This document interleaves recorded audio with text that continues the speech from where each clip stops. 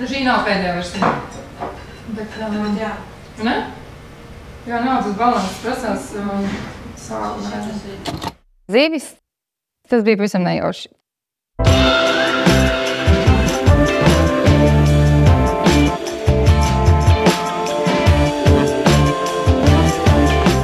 Pabeidzot bakalaura studijas, es izvēlējos studēt arī maģistra studijās. Tā kā tas bija klātienes studijas, es meklēju puslodes darbu pārtikas ražošanā, un Karavēlā tieši tajā brīdī meklēju vakanci uz laboratorijas speciālistu.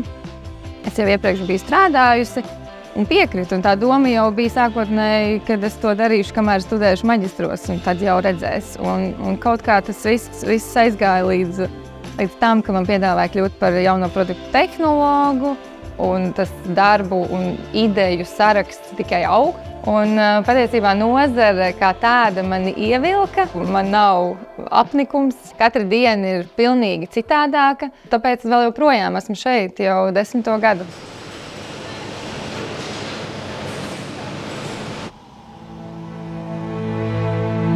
Tā sajūta, ka tu esi sasniedzis tieši izveidojot to komandu, apmācot jaunos speciālistus, un pirms pusgada mēs uzlikām milzīgi garu sarakstu ar to, ko mums vajadzētu attīstīt, ieviest, izstrādāt. Un, kad tu atskaties uz to iepriekšējo pusgadu sasniegto, tad ir tiešām gandarījums. Un, ja vēl pēc izstādes no klientiem ir tik pozitīvas atsauksmes, tad tu saproti, ka tu kaut ko dari pareizi šajā dzīvē.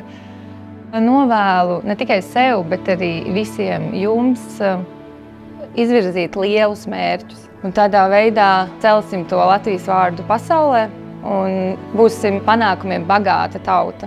Man liekas, ka manā dzīvē mans lielais loms noteikti ir mana ģimene, jo tik atbalstoša un tik tiešām mīļa, ka brīžiem liekas, ka es tiešām esmu izcēlus lielo lomu saistībā ar savu ģimeni.